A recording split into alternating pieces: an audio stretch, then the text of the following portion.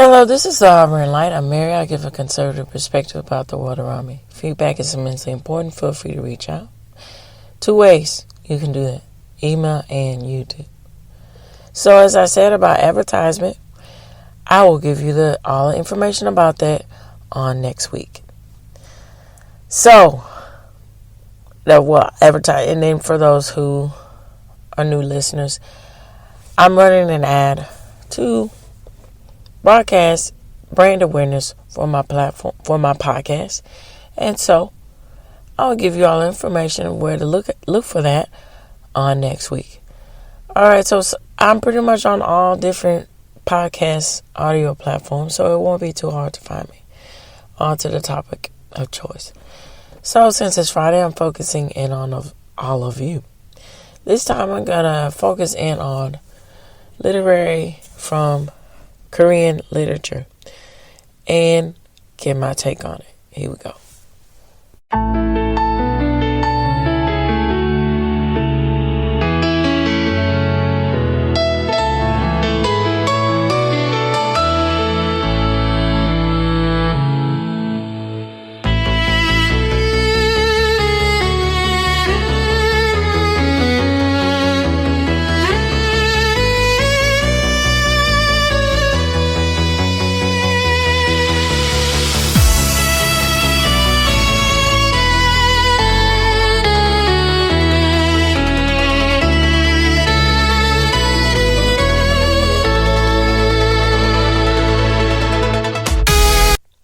Okay, so my thoughts here before I get into all the information. So I'm going to do the same thing.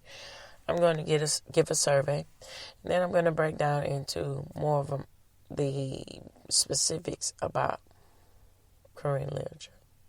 Now, I'm going to say this briefly, and then I'm going to get into the facts and then wrap everything up. So,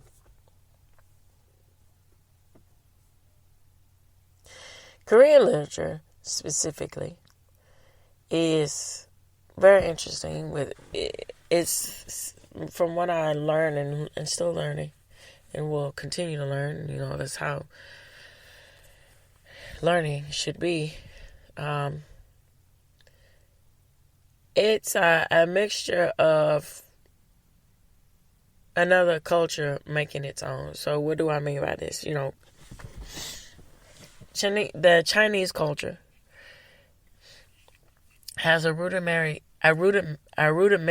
standard in the foundation of language, of Asian dialects, and where to expand the specifics of how each sector of Asian dialect is developed.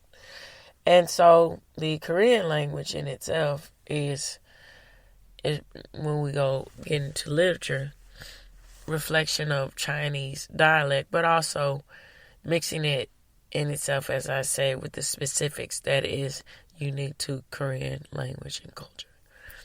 So with this said, I'm going to go into the survey of it and then go into specifics next week. As I said, I like to focus in on the 20th century when I'm talking about topics like this, because the 20th century in itself explores, it's a really good survey or test of the adaptation of rapid change. Okay, so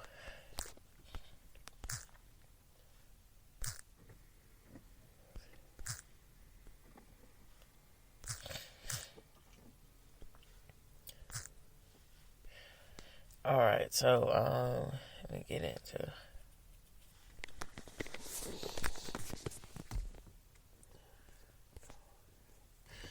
All right, bear with me here.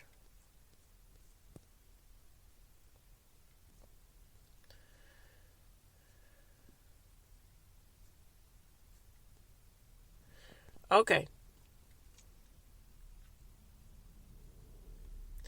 Says Korean literature, the body of works, is for the most part, written by Koreans. So at first in classical Chinese, later in various scription. So to phrase this, recap this sort of a little bit here. Uniquely, the goal was to have it, of Korean,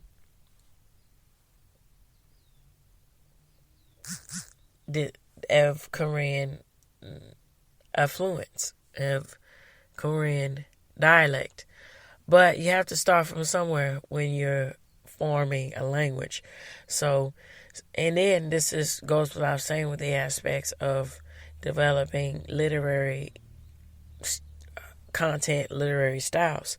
So, choosing the Chinese dialect was the way sought after for this process. So, at first in classical Chinese, later in various transcription systems using Chinese characters, and finally in Hangul, which is Korean Hangul, and the romanticism in the national alphabet.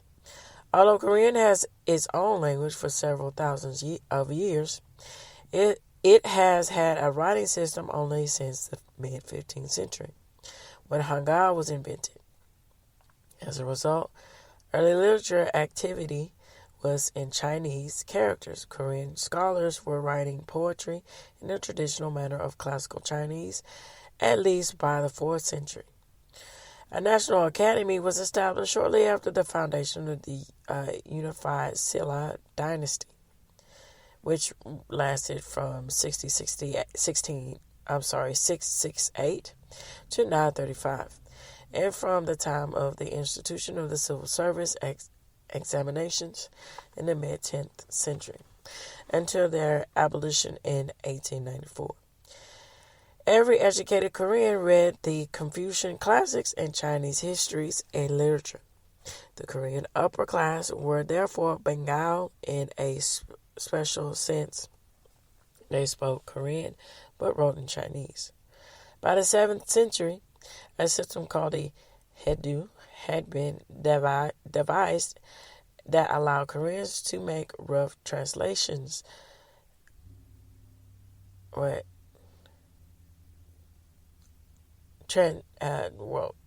the Chinese text. Eventually, certain Chinese characters were used for their phonic value to represent Korean particles of speech and inflection endings. A more extended system of transcription called the forgive me, I'm trying my best here. See, they Hagam Chi Al followed shortly after, in which entire sentences in Korean could be written in Chinese.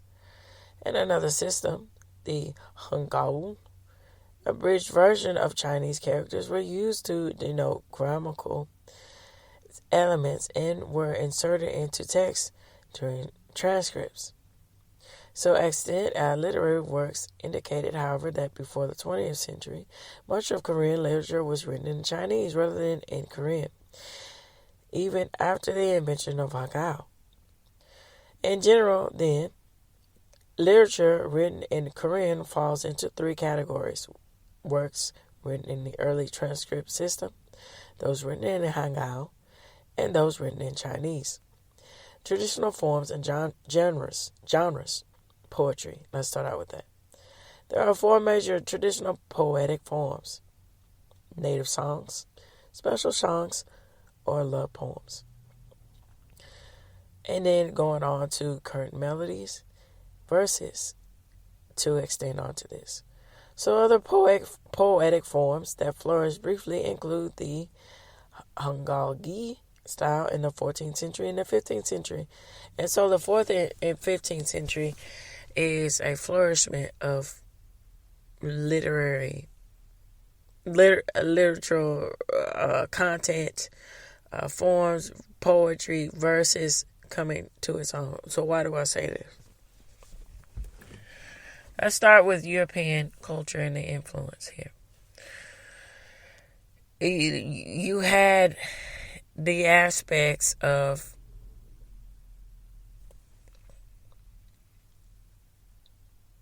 using the written word to express in means of metaphysical explanations of things, whereas the science is mathematical perspectives. When we get into the midst of the different tiers of the Renaissance, and then on to more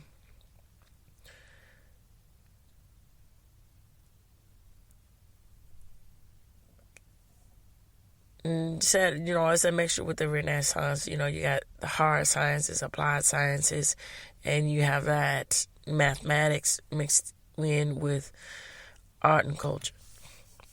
And so art and culture was flourished in through that. And then the way in which I guess you can say, a canon of not foolproof, but of poetic styles started to form, in which when you see the format, this usually is an expression of what the content is going to be about. For instance, comedies of that format are love sonnets or so forth. All right, so the oldest poetic form is the Hungary poems, transcribed by the Hungaric system, dating from the mid-period to the unified Silla dynasty to the early period of the Koroyo dynasty from 935 to 1392. The poems were written in 4, 8, and 10 lines and in 10-line form, comprising of 2 4-line stanzas and including 2-line stanzas. This was the most popular. The poets were either Buddhist monks or members of the Hare Agando.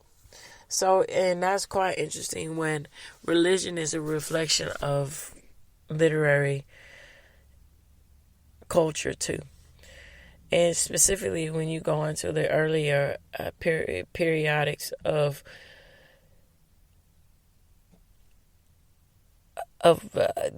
what's the best way? Let me backtrack myself. The historical background of a culture, pretty much religion is a staple point of defining that culture. All right, so and then going on to they Haradago in a school in which the chivalrous youth were trained in civil and military virtues in preparation for state service between 17 to 25, extinct to what the Hanga are Buddhist in inspiration and content. All right, so the forgive me for the pronunciation, I'll try my best. So the Piloko or the Changa flourished during the middle late of the Koryo period. It is characterized by a refrain either in the middle or at the end of each stanza. So the refrain establishes a mood or a tone that carries the melody and spirit of the poem or links a poem composed to a discrete part with differentiation of contents. So the theme of the most of these is synonymous with poems that is of love, joy, and torments, of which are expressed in frank and powerful language. The poems were sung to a musical accompanying, chiefly by women entertainers known as the Kisagin. So the Siju is the longest enduring and the most popular form of Korean poetry. Although some poems are attributed to writers of the late Kiriko dynasty, in the Shishu period, primarily is a poetic form of the Choshun dynasty. which was from 1392 to 1910, beginning the early 20th century here, early on. Shinshu are 3-line poems in which each line has 14 to 16 syllables, and the total number of syllables seldom exceed 45. Each line consists of groups of 4 syllables. Shishu may deal with the Confucian ethical values, but there are also many poems about nature and love. The principal writers are Shisho, and the first half of the Choshun dynasty were members of the Confucius upper class. And in the later part of the Choshun dynasty, a longer form called the Sasso Shijo, native Shijo, evolved. The writers of the form were mainly common people. Hence, the subject matter included more down-to-earth topics such as trade, corruption, as well as the traditional topic of love. In addition, Sasso Shijo frequently employed slang, vulgar language, and onomatopoeias. So with onomatopoeias, using sound to express meaning. I find it quite interesting with that. Comic books really made a form within itself with that. All right, so the Kaza development, certain comic books, DC with Batman and everything, and it with the different tier of the, you have the golden era Batman, the silver era. I can go on and on about that, but that's for another podcast episode. So the Kaza developed at about the same time as the Shijo, and it is a formative stage. So the Kaza borrowed the form of the Chinese Tesu lyric poetry, or the full rhythm prose.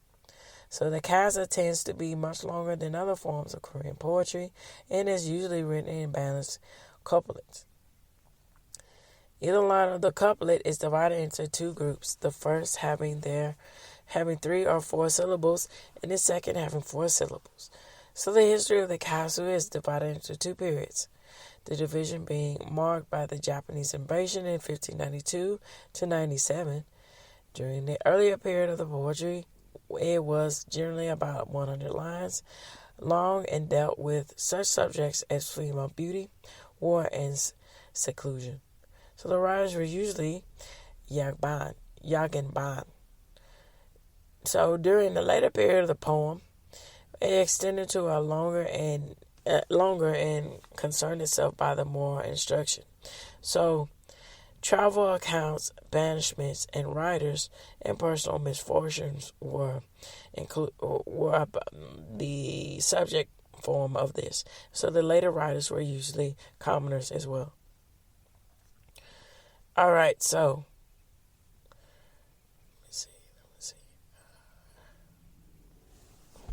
let's see here.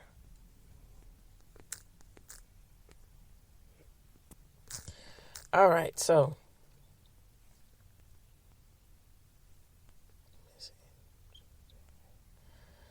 all right.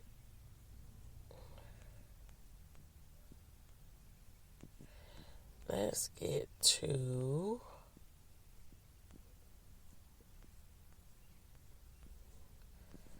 all right. So I am going to hold on just a second here. Okay, so I'm going to wrap up by talking about these. So I'm gonna start in this part 1 by concluding with the early Chosun period of literary form and what was coming out during this time, this era. This was from 1392 to 1598. So with the establishment of the Chosun dynasty in 1392, 2 major contracting themes emerged in Korean literature. On the other hand, Chong Tojong, and the Kawon Kun enlisted literature and the task of creating a Korean nation. So, in reaction to the songs comprised by those men, which praised the great new dynasty undertaking, others such as the Kil Kang and the Wong Chong Sok, who had retired from public life, wrote poems in which they reflect upon the Korean dynasty and the professed fidelity to it while deploring the present situation. So King Sejong, who during his reign of 1419 to 50 surmounted the disorder that accompanied the founder of the Chong dynasty and established a system of governments, inventing the Hangul, so the alphabetic system to write the Korean language, thereby making possible a vernacular literature. So this was the development in the history of the Korean literature. And there's another thing. Government and power is a strong influence in the aspects of cultural landscapes too. So, see how this sinks in into the aspects and reflecting what I just said into on to this period. So, 1445 to 47, Songs of Flying Dragons is a drastic narrative poem that praises the heroic achievements of the founders of the Ching-So Kingdom and the Warring Ching-Chong, Gang Chi-Gok, and from 1447, Songs of the Moon Reflection on Thousand Rivers. It is a native poem that concerns the life of the Buddha and are the first examples of Korean literature written in Hangul, and their significance is quite great. So the form known as the Achak Chang emerged at this time, of which the Gong Bi Ok Hong On Ga is an example. These texts, which were intended to accompany court music and to celebrate the inauguration of the new dynasty, were composed in the vernacular and accumulated in the work of Chong Tongjong and Shangjing. So the Confucian emphasis on ordering one's behavior is necessity in the instructional books, and these, along with the Buddhist scripts, were translated into Korean, and were also published during this period. They demonstrated the ease of composition in Korean and languages, and the possibility for use in literary texts. So poems were inherited by the early Chong's literary and produced such work as the genre as the Sangdi, and also with the aspects that came from it is this literary work called Songs of the Censored, and also Song of Mount Hawi by Pong Kei Arangi, both written in the early 15th century. These first works, they performed the function of the Aka Chang, but gradually they were transformed into poems that describe affairs of personal interest. So the Kong Gawi, a style poem, became increasingly diffused. So much so that by the middle of the Chong-So period, all traces of its origin features had vanished and the genre essentially ceased to exist. Alright, so it says, and I'm going to go on and say this. So, I'm going to conclude with this. So as I mentioned, and as I said, there's a lot of